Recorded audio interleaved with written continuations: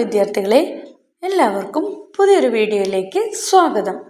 ഇന്ന് നമ്മൾ രണ്ടാം പാദവാർഷിക പരീക്ഷ, അതായത് ക്രിസ്മസ് എക്സാമിൻ്റെ 6ാം ക്ലാസ്സിലെ സോഷ്യൽ സയൻസ് സാമൂഹ്യശാസ്ത്രം ചോദ്യപേപ്പറും അതിൻ്റെ ആൻസർ കീയുമാണ് ഈ വീഡിയോയിൽ നിങ്ങൾക്ക് പറഞ്ഞു തരാൻ ഉദ്ദേശിക്കുന്നത്. അപ്പോൾ ചാനൽ നിങ്ങൾ ആദ്യമാണെങ്കിൽ ചാനൽ ഒന്ന് സബ്സ്ക്രൈബ് ചെയ്യാൻ മറക്കല്ലേ. അപ്പോൾ നമുക്ക് വീഡിയോയിലേക്ക് നോക്കാം. നോക്കൂ, പ്രവർത്തനം 1. നോക്കൂ, എന്താ കൊടുത്തിരിക്കുന്നത്? രാമു, നീ ഇന്നും വെറുതെ ഇരിക്കുകയാണല്ലോ. തൊടിയിൽ തേങ്ങയിടാൻ എത്ര നാളായി ഞാൻ നിന്നെ വിളിക്കുന്നു. അപ്പോൾ വരാൻ നാളെയാകട്ടെ. ഇതാണ് നിങ്ങൾക്ക് തന്നിരിക്കുന്ന ഒരു കാർട്ടൂൺ തന്നിരിക്കുകയാണ് അല്ലേ. അപ്പോൾ ഇതനുസരിച്ച് നിങ്ങൾ താഴെയുള്ള ക്വസ്റ്റ്യൻസിന് ആൻസർ എഴുതാനാണ് പറഞ്ഞിരിക്കുന്നത്. ക്വസ്റ്റ്യൻ നോക്കൂ.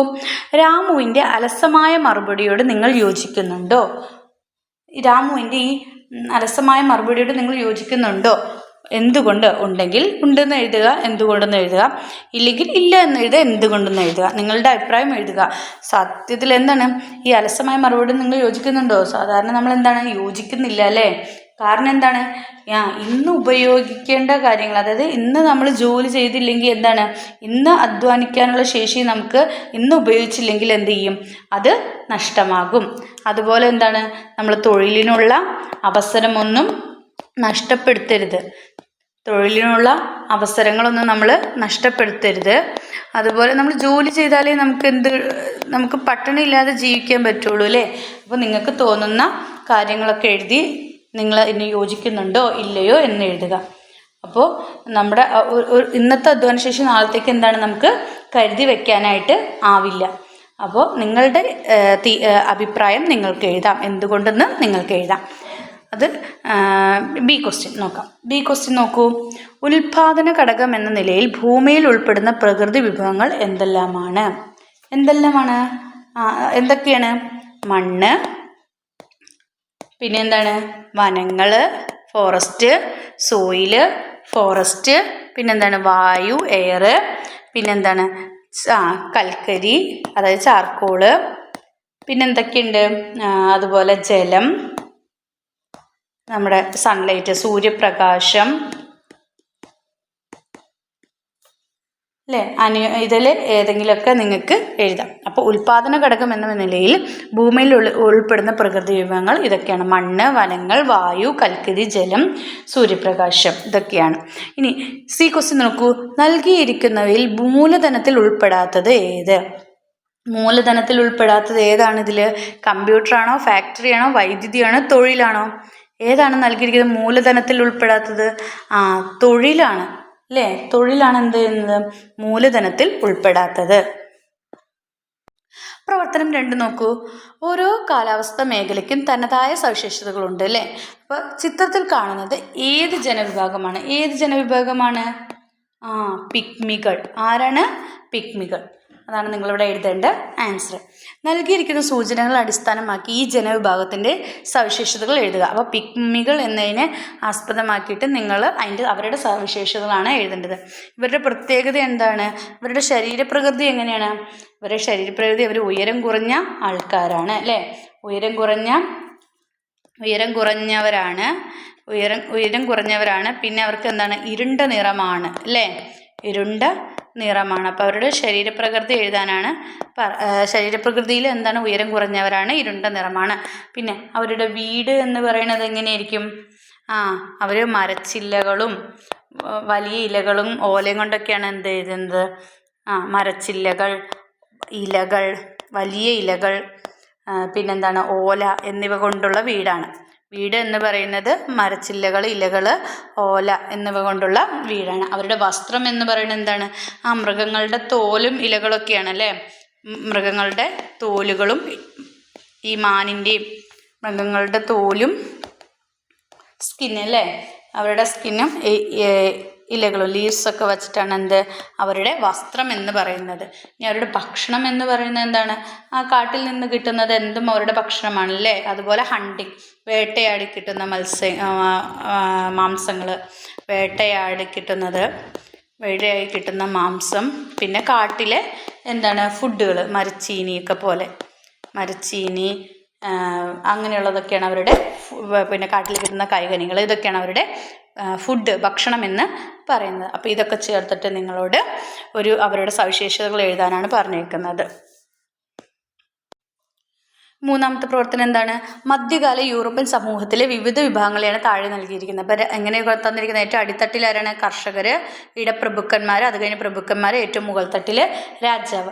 അപ്പം മധ്യകാല യൂറോപ്പിലെ വിവിധ സാമൂഹ്യ വിഭാഗങ്ങളുടെ സവിശേഷതകൾ ഉൾപ്പെടുത്തി കുറിപ്പ് തയ്യാറാക്കാനാണ് നിങ്ങളോട് പറഞ്ഞിരിക്കുന്നത്. അപ്പോൾ രാജാവ് എന്ന് പറയുന്നത് എന്താണ്?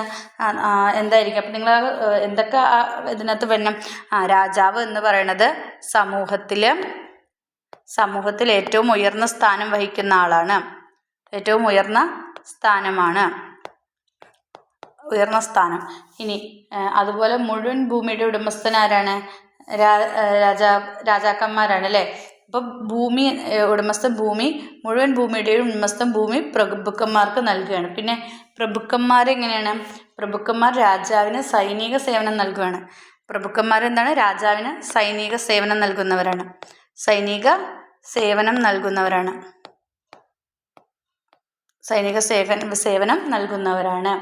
ഇനി പിന്നെ അത് മാത്രമല്ല, ലഭിച്ച ഭൂമിയുടെ ഒരു ഭാഗം ആദ്യം രാജാവ് എന്ത് ചെയ്യുന്നു? മുഴുവൻ ഭൂമിയുടെ ഉടമസ്ഥനായിരുന്നു രാജാവ് അല്ലേ? അപ്പം ഭൂമി എന്ത് ചെയ്യും? രാജാവ് പ്രഭുക്കന്മാർക്ക് കൊടുക്കും. പ്രഭുക്കന്മാർ എന്ത് ചെയ്യും? ലഭിച്ച ഭൂമിയുടെ ഒരു ഭാഗം ആർക്ക് കൊടുക്കും? ഇടപ്രഭുക്കന്മാർക്ക് കൊടുക്കും. അപ്പം ഭൂമിയുടെ ഉടമസ്ഥൻ രാജാവാണ്.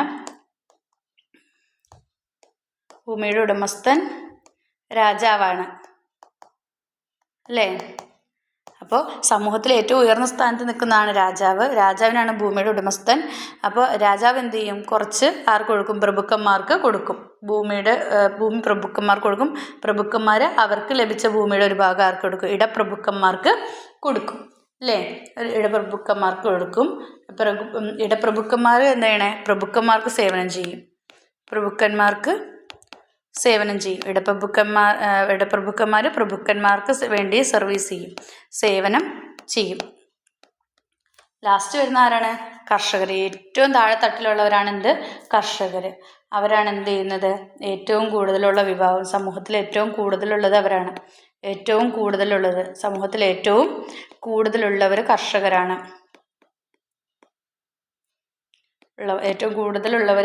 കർഷകരാണ്. അവർ പ്രഭുക്കന്മാരുടെ കൃഷിയിടങ്ങളിലും വീടുകളിലൊക്കെ ജോലി ചെയ്യും. അവരാണ് എല്ലാം ഉണ്ടാക്കുന്നത് അല്ലേ? അപ്പോൾ ഏറ്റവും താഴെ തട്ടിലുള്ളവരാണ് കർഷകർ. അവരാണ് എന്ത് ചെയ്യുന്നത്? അവർ പ്രഭുക്കന്മാരുടെ കൃഷിയിടങ്ങളിലും വീടുകളിലൊക്കെ ജോലി ചെയ്യുന്നു. പ്രഭുക്കന്മാർക്ക് സേവനം ചെയ്യുന്നവരാണ്. പിന്നെ പ്രഭുക്കന്മാർ സൈനിക സേവനം ചെയ്യുന്നതാണ് രാജാവിന് വേണ്ടിയിട്ട്. പിന്നെ സമൂഹത്തിലെ ഏറ്റവും ഉയർന്ന സ്ഥാനത്ത് നിൽക്കുന്നവരാണ് രാജാവിനാണ് ഭൂമിയുടെ ഉടമസ്ഥൻ എന്ന് പറയുന്നത്. അപ്പോൾ ഇത്രയും കാര്യങ്ങളൊക്കെ ഉൾപ്പെടുത്തി അതിൻ്റെ സാമൂഹ്യ വിഭാഗങ്ങളുടെ സവിശേഷതകൾ ഉൾപ്പെടുത്തി കുറിപ്പ് തയ്യാറാക്കാനാണ് പറഞ്ഞിരിക്കുന്നത്. ഇനി ഈ ക്വസ്റ്റ്യൻ എന്താണ്?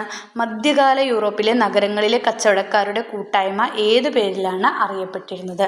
എന്താണ് കച്ചവടക്കാരുടെ കൂട്ടായ്മ അറിയപ്പെടുന്ന പേരെന്താണ്? ഗിൽഡുകൾ എന്നാണ് പറയുന്നത്. പ്രവർത്തനം 4. ഉഷ്ണമരുഭൂമിക്ക് തനതായ കാലാവസ്ഥ സവിശേഷതകളാണ് ഉള്ളത്. ഈ ക്വസ്റ്റ്യൻ എന്താ ചോദിച്ചാൽ ഉഷ്ണമരുഭൂമികളിലെ കാലാവസ്ഥയുമായി ബന്ധപ്പെട്ട ശരിയായ പ്രസ്താവനകൾ കണ്ടെത്തുക എന്നാണ് പറഞ്ഞിരിക്കുന്നത്. ഇവിടെ എന്തൊക്കെയാണ് തന്നിരിക്കുന്നത്?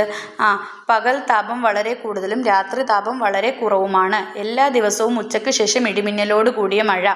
ശൈത്യകാലത്ത് വളരെ കുറഞ്ഞ അന്തരീക്ഷ താപം. 6 മാസത്തോളം നീണ്ടു നിൽക്കുന്ന ശൈത്യകാലം. അപ്പോൾ ഇതിലേതാണ് ഉഷ്ണമരുഭൂമികളുടെ കാലാവസ്ഥയുമായി ബന്ധപ്പെട്ട ശരിയായ പ്രസ്താവന ഏതൊക്കെയാണെന്നാണ് ചോദിച്ചേക്കണേ. ഏതൊക്കെയാണ്? 1ഉം 3ഉമാണ്. പകൽ താപം വളരെ കൂടുതലും രാത്രി താപം വളരെ കുറവുമായിരിക്കും. അതാണ് ഒന്നാമത്തെ ശരിയാണ്. പിന്നെ രണ്ടാമത്തെ തെറ്റാണ് അല്ലേ? മൂന്നാമത്തെ ശരിയാണ്. ശൈത്യകാലത്ത് വളരെ കുറഞ്ഞ അന്തരീക്ഷ താപമാണ് ഉണ്ടാവുക. അപ്പോൾ ഉഷ്ണമരുഭൂമിക്കുള്ള കാലാവസ്ഥ ഏതാ ശരി? 1ഉം 3ഉമാണ്. അതായത് ബി ആണ് ശരിയായ ഉത്തരമെന്ന് പറയുന്നത്. ഇനി ബി ക്വസ്റ്റ്യൻ നോക്കൂ. നൽകിയിട്ടുള്ള ജീവികൾ ഏത് കാലാവസ്ഥ മേഖലയിലാണ് കാണപ്പെടുന്നത്? പട്ടിക പൂർത്തിയാക്കുക. അവിടെ തന്നിട്ടുണ്ട് ലമർ, തത്ത, ഒട്ടകം, സീൽ, കഴുത, നീർക്കുതിര, കുതിര, ധ്രുവക്കരടി. അപ്പോൾ ഏതിലൊക്കെ കാണുന്നതെന്ന് എഴുതുക. മധ്യരേഖ കാലാവസ്ഥ മേഖലകളിൽ ഏതൊക്കെയാണ് കാണുന്നത്? ഏതൊക്കെയാണ്? ലമർ അല്ലേ? പിന്നെ എന്തൊക്കെയാണ്? തത്ത, പിന്നെയോ നീർക്കുതിര. ഇതൊക്കെയാണ് മധ്യരേഖ കാലാവസ്ഥ മേഖലകളിൽ കാണുന്നത്. ഉഷ്ണ മരുഭൂമികളിൽ ഏതൊക്കെയാണ് കാണുന്നത്? കഴുതയുണ്ട്, ഒട്ടകം, പിന്നെന്താണ്? കുതിര. ഒട്ടകം, കുതിര. ഇനി തുന്ദ്ര മേഖലകളിൽ എന്തൊക്കെയാണ് കാണുന്നത്? സീല്, ധ്രുവക്കരടി. സീല്, ധ്രുവക്കരടി. സി ക്വസ്റ്റ്യൻ നോക്കൂ. സി ക്വസ്റ്റ്യനിൽ എന്താ തന്നിരിക്കുന്നത്? ഭൂമധ്യരേഖയുടെ വടക്ക് 30-നും 65 ഡിഗ്രിക്കും ഇടയിൽ കാണപ്പെടുന്ന താപീയ മേഖല ഏത് പേരിൽ അറിയപ്പെടുന്നു? ഏത് വിഭാഗത്തിലാണ്, ഏത് രീതിയിലാണ് അറിയപ്പെടുന്നത്? ഭൂമധ്യരേഖയുടെ വടക്ക് 30 ഡിഗ്രിക്കും 65 ഡിഗ്രിക്കും ഇടയിൽ കാണപ്പെടുന്ന താപീയ മേഖല ഏത് പേരിലാണ് അറിയപ്പെടുന്നത്? മിതോഷ്ണ മേഖല. എന്താണ്? മിതോഷ്ണ മേഖല. മിതോഷ്ണ മേഖല എന്ന പേരിലാണ് അറിയപ്പെടുന്നത്. പ്രവർത്തനം 5 നോക്കൂ. ഭൂമിയുടെ 2 ചലനങ്ങളാണ് ഭ്രമണവും പരിക്രമണവും. സവിശേഷതകൾക്കനുസരിച്ച് പട്ടിക പൂർത്തിയാക്കാനാണ് പറഞ്ഞിരിക്കുന്നത്. സവിശേഷതകൾ ആദ്യം ചലനം എന്ന് തന്നിരിക്കണം, മോഷൻ അല്ലേ. അപ്പോൾ ഭ്രമണം നമ്മൾ പഠിച്ചിട്ടുണ്ട്, റൊട്ടേഷനും റെവല്യൂഷനും അല്ലേ. റൊട്ടേഷനും റെവല്യൂഷനും. അപ്പോൾ റൊട്ടേഷൻ്റെയും റെവല്യൂഷൻ്റെയും ഫീച്ചേഴ്സാണ് ഇവിടെ എഴുതേണ്ടത്. ചലനം എങ്ങനെയാണ്? ഭൂമി അതിൻ്റെ അച്ചുതണ്ടിൽ സ്വയം കറങ്ങുന്നു. പരിക്രമണത്തിൽ എങ്ങനെയാണ് സംഭവിക്കുന്നത്? ഭൂമി അതിൻ്റെ അച്ചുതണ്ടിൽ സ്വയം കറങ്ങാണ്. പരിക്രമണത്തിൽ എന്താണ്? ഭൂമി എന്താണ്? സൂര്യന് ചുറ്റും കറങ്ങുവാണ് അല്ലേ. ഭൂമി സൂര്യന് ചുറ്റും കറങ്ങുന്നു. സൂര്യന് ചുറ്റും കറങ്ങുന്നു. ഭൂമി സൂര്യന് ചുറ്റും കറങ്ങുന്നു. ഇനി സമയം എന്ന് പറയുന്നത് 365 ദിവസമാണ് പരിക്രമണത്തിന്. നമുക്ക് എത്രയാണ്? 24 hours, 24 മണിക്കൂറാണ് അല്ലേ ഭ്രമണത്തിന്. ഇനി ഫലങ്ങൾ എന്തൊക്കെയാണ്? രാത്രിയും പകലും ഉണ്ടാകും. അപ്പം ഭ്രമണപരമായിട്ട് എന്ത് സംഭവിക്കും? രാത്രിയും പകലും ഉണ്ടാകുന്നു. ഇവിടെ എന്താണ്? വിവിധ സീസൺസ് ഉണ്ടാവും അല്ലേ. വിവിധ കാലങ്ങൾ ഉണ്ടാകുന്നു. വിവിധ കാലങ്ങൾ ഉണ്ടാകുന്നു. നമ്മൾ പഠിക്കില്ലേ, സമ്മർ, വിൻ്റർ, ഓട്ടം. അത് വിവിധ കാലങ്ങൾ ഉണ്ടാകുന്നു. വിവിധ സീസൺസ് ഉണ്ടാകുന്നു. മൺസൂൺ അതൊക്കെ പറയില്ലേ, അതാണ്. അപ്പോൾ വിവിധ കാലങ്ങൾ ഉണ്ടാകുന്നു. ബി ക്വസ്റ്റ്യൻ നോക്കൂ. സൂര്യൻ കിഴക്കുദിച്ച് പടിഞ്ഞാറ് അസ്തമിക്കുന്നതായി നമുക്ക് അനുഭവപ്പെടുന്നത് എന്തുകൊണ്ട്? എന്തുകൊണ്ടായിരിക്കും അനുഭവപ്പെടുന്നത്? ഭൂമിയുടെ ഭ്രമണം എങ്ങനെയാണ്? പടിഞ്ഞാറ് നിന്ന് കിഴക്കോട്ടാണ് അല്ലേ. ഭൂമിയുടെ റൊട്ടേഷൻ എങ്ങനെയാണ്? ഭൂമിയുടെ ഭ്രമണം എവിടെ നിന്ന് എങ്ങോട്ടേക്കാണ്? പടിഞ്ഞാറ് നിന്ന് എങ്ങോട്ടാണ്? കിഴക്കോട്ടാണ്. കിഴക്കോട്ടാണ്, അതായത് വെസ്റ്റ് ടു ഈസ്റ്റ് ആണ്. അതുകൊണ്ടാണ് എന്ത് ചെയ്യുന്നത്? എന്ത് അനുഭവപ്പെടുന്നത്? സൂര്യൻ കിഴക്കുദിച്ച് പടിഞ്ഞാറ് അസ്തമിക്കുന്നതായിട്ട് നമുക്ക് അനുഭവപ്പെടുന്നത്. ഭൂമിയുടെ ഭ്രമണം എങ്ങനെയാണ്? പടിഞ്ഞാറ് നിന്ന് കിഴക്കോട്ടേക്കാണ്. വെസ്റ്റ് ടു ഈസ്റ്റ് ആണ്. ഓക്കെ അല്ലേ? ഇനി നൽകിയിരിക്കുന്ന പ്രസ്താവനകളിൽ സൗരയൂഥവുമായി ബന്ധമില്ലാത്ത പ്രസ്താവന കണ്ടെത്തുക. സൗരയൂഥവുമായി ബന്ധമില്ലാത്ത പ്രസ്താവന കണ്ടെത്താനാണ് പറഞ്ഞിരിക്കുന്നത്. എന്തൊക്കെയാണ് നോക്കൂ. എല്ലാ ഗ്രഹങ്ങളും സൂര്യനെ വലം വയ്ക്കുന്നു. അതെന്താണ്? ബന്ധമില്ലാത്തതാണ് പറയുന്നത്. ശരിയല്ലാത്ത പ്രസ്താവന കണ്ടെത്താനാണ് പറയുന്നത്. എല്ലാ ഗ്രഹങ്ങളും സൂര്യനെ വലം വയ്ക്കുന്നു എന്നാണ് പറഞ്ഞിരിക്കുന്നത്. പിന്നെ സൗരയൂഥത്തിൻ്റെ കേന്ദ്രം സൂര്യനാണ്. എല്ലാ ഗ്രഹങ്ങൾക്കും ഉപഗ്രഹങ്ങളുണ്ട്.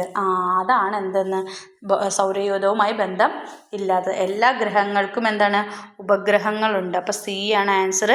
ശരി, എല്ലാ ഗ്രഹങ്ങൾക്കും ഉപഗ്രഹങ്ങളുണ്ട്. പ്രവർത്തനം 6. ഇവിടെ കുറച്ച് പിക്ചേഴ്സ് വന്നൊക്കെയാണ് അല്ലേ. വിട്ടല സ്വാമി ക്ഷേത്രം, ചെങ്കോട്ട, കാമാഖ്യ ക്ഷേത്രം, കുത്തബ് മിനാർ. ചിത്രങ്ങൾ നിരീക്ഷിച്ച് വിജയനഗര രാജാക്കന്മാരുടെ നിർമ്മിതി ഏതെന്ന് കണ്ടെത്തുക. ഏതാണ് വിജയനഗര രാജാക്കന്മാരുടെ നിർമ്മിതി? വിട്ടല സ്വാമി ക്ഷേത്രമാണ്. രണ്ടാമത്തെ, ചിത്രം എയും ബിയും നിരീക്ഷിച്ച് അവയുടെ വാസ്തുവിദ്യ രീതി താരതമ്യം ചെയ്ത് കുറിപ്പ് തയ്യാറാക്കുക. എന്താണ് അവരുടെ വാസ്തുവിദ്യ? നോക്കൂ, എന്താണ് അവരുടെ വ്യത്യാസങ്ങൾ? എയുടെ പ്രത്യേകത എന്താ? ഇവരുടെ എന്താണ്? പാറകൾ എന്താണ്? പാറകളൊക്കെ ചെത്തി മിനുക്കി നിർമ്മിച്ചതാണ്. എയിൽ എന്താണ്? പാറകൾ ചെത്തി മിനുക്കി നിർമ്മിച്ച കെട്ടിടങ്ങളാണ്. പിന്നെയോ എങ്ങനെ? പിന്നെ എന്താണ്? ക്ഷേത്രങ്ങളോട് ചേർന്നിട്ട് എന്താണ്? മണ്ഡപങ്ങളുണ്ട് അല്ലേ. പിന്നെ അലങ്കാരപ്പണികളുള്ള തൂണുകൾ അല്ലേ. അലങ്കാരപ്പണികളുള്ള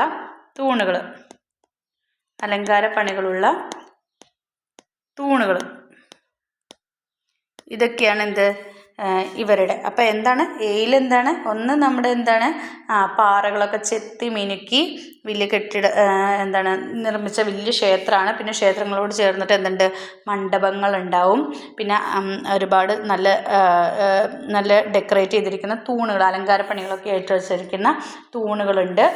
ഇങ്ങനെ വലിയ ക്ഷേത്രം പോലെ അല്ലേ, ക്ഷേത്രം തന്നെ. പിന്നെ ബി എന്താണ് ചെങ്കോട്ടയാണ് അല്ലേ. ചെങ്കോട്ട എന്ന് പറയുന്നത് എന്താണ് ചെങ്കോട്ടങ്ങളിൽ എന്താണ് ഒരുപാട് കമാനങ്ങളും പിന്നെന്താണ് താഴികക്കുടങ്ങളും മിനാരങ്ങളൊക്കെ ഉണ്ട് അല്ലേ. അപ്പം കമാനങ്ങൾ, അപ്പം നിങ്ങൾ എന്ത് എഴുതണം, ബിയിൽ എന്താണ് ചെങ്കോട്ടയാണ് കണ്ടത്. അപ്പോൾ അത് പള്ളിയുടെ രൂപസാദൃശ്യമുള്ളതാണ് അല്ലേ. അല്ല, പള്ളിയുടെ അല്ല, മറ്റേ നമ്മുടെ കമാനങ്ങളും താഴികക്കുടങ്ങളും മിനാരങ്ങളും ഒക്കെ ഉണ്ട്. പിന്നെ ചെങ്കോട്ട എന്ന പേര് കേൾക്കുമ്പോൾ തന്നെ അറിയാം എന്താണ് ചുവന്ന അല്ലേ. അപ്പോൾ ചുവന്ന കല്ലുകൊണ്ടൊക്കെയാണ് അത് ഉണ്ടാക്കിയിരിക്കുന്നത്. പിന്നെന്താണ് മാർബിൾ ഉപയോഗിച്ചിട്ടുണ്ട്. പിന്നെ കുമ്മായം ഒക്കെ ഉപയോഗിച്ചിട്ടുണ്ട്. പിന്നെന്താണ് അവിടെ ഒരുപാട് പൂന്തോട്ടങ്ങളൊക്കെ ഉണ്ട്. അപ്പോൾ നിങ്ങൾക്ക് ഇഷ്ടമുള്ള 2 ഫീച്ചേഴ്സ് അതിൻ്റെ എഴുതാം അല്ലേ. അപ്പോൾ നമുക്കറിയാം ചെങ്കോട്ട എന്ന് കേൾക്കുമ്പോൾ തന്നെ അറിയാം ചുവന്ന കല്ലും കൊണ്ടാണ് നിർമ്മിച്ചിരിക്കുന്നത്, നമുക്ക് മനസ്സിലാവും അല്ലേ. പിന്നെ അവിടെ എന്തുണ്ട്, പിന്നെ ഇസ്ലാമിക് വാസ്തുവിദ്യ പ്രകാരമാണ് അല്ലേ, ഇൻഡോ ഇസ്ലാമിക് വാസ്തുവിദ്യ പ്രകാരമാണ് അത് ചെയ്തിരിക്കുന്നത്. അവിടെ എന്താണ് ഒരുപാട് താഴികക്കുടങ്ങളും മിനാരങ്ങളും ഒക്കെ പോലത്തെ ഇത് കാണാനായിട്ട് നമുക്ക് പറ്റും. ഓക്കെ അല്ലേ. അപ്പോൾ എയും ബിയും താരതമ്യം ചെയ്തിട്ട് എഴുതുക. പ്രവർത്തനം 7 നോക്കൂ. വാസ്തുവിദ്യ കൂടാതെ മധ്യകാല ഇന്ത്യയിൽ സംഗീത രംഗവും സാഹിത്യ രംഗവും പുരോഗതി നേടി. അപ്പോൾ ഹിന്ദുസ്ഥാനി സംഗീത ശൈലി രൂപം കൊള്ളാൻ ഇടയായ സാഹചര്യം എന്തായിരുന്നു എന്നാണ് ചോദിച്ചിരിക്കുന്നത്. എന്തായിരുന്നു സുൽത്താൻ ഭരണകാല അല്ലേ. എന്തുകൊണ്ടായിരുന്നു? മുഗൾ കാലഘട്ടത്തിലാണ് പേർഷ്യൻ സംഗീതത്തിൻ്റെ സ്വാധീനഫലമായിട്ടാണ് സുൽത്താനത്ത് മുഗൾ കാലഘട്ടത്തിൽ പേർഷ്യൻ സംഗീതത്തിൻ്റെ സ്വാധീനഫലമായിട്ടാണ് അത് രൂപപ്പെട്ടത്. അപ്പോൾ ഹിന്ദുസ്ഥാനി സംഗീത ശൈലി രൂപം കൊള്ളാൻ ഇടയായ സാഹചര്യം എന്തായിരുന്നു? എന്താണ് നമ്മുടെ പേർഷ്യൻ സംഗീതത്തിൻ്റെ സ്വാധീനഫലം. എന്താണ് പേർഷ്യൻ സംഗീതത്തിൻ്റെ സ്വാധീനം അല്ലേ. ഹിന്ദുസ്ഥാനി സംഗീതശൈലി രൂപം കൊള്ളാൻ ഇടയായ സാഹചര്യം സുൽത്താനത്ത് മുഗൾ കാലഘട്ടത്തിൽ പേർഷ്യൻ സംഗീതത്തിൻ്റെ സ്വാധീന ഫലമായിട്ടാണ് രൂപപ്പെട്ടത്. ബി എന്താണ് ഖവാലി എന്ന സംഗീത രൂപത്തിൻ്റെ വളർച്ചയിൽ പ്രധാന പങ്ക് വഹിച്ച സംഗീതജ്ഞൻ ആരായിരുന്നു? അമീർ ഖുസ്രു. ആരാണ്? അമീർ ഖുസ്രു ആണ്. സി ക്വസ്റ്റ്യൻ നോക്കൂ. ഭക്തി പ്രസ്ഥാനത്തിലൂടെ വികാസം പ്രാപിച്ച ഭാഷകളുമായി ബന്ധപ്പെട്ട പട്ടിക പൂർത്തിയാക്കാനാണ് പറഞ്ഞിരിക്കുന്നത്. അപ്പോൾ നോക്കൂ, മലയാളം അധ്യാത്മരാമായണം എഴുതിയത് ആരാണ്? എഴുത്തച്ഛൻ. ആരാണ് എഴുതിയത്? എഴുത്തച്ഛൻ. ഹിന്ദി ഭാഷയിലാണ് തുളസീദാസാണ് എഴുതിയത്. എന്താണ് തുളസീദാസിൻ്റെ രചനയുടെ പേരെന്താണ്? രാമചരിത മാനസം. എന്താണ്? രാമചരിത മാനസം.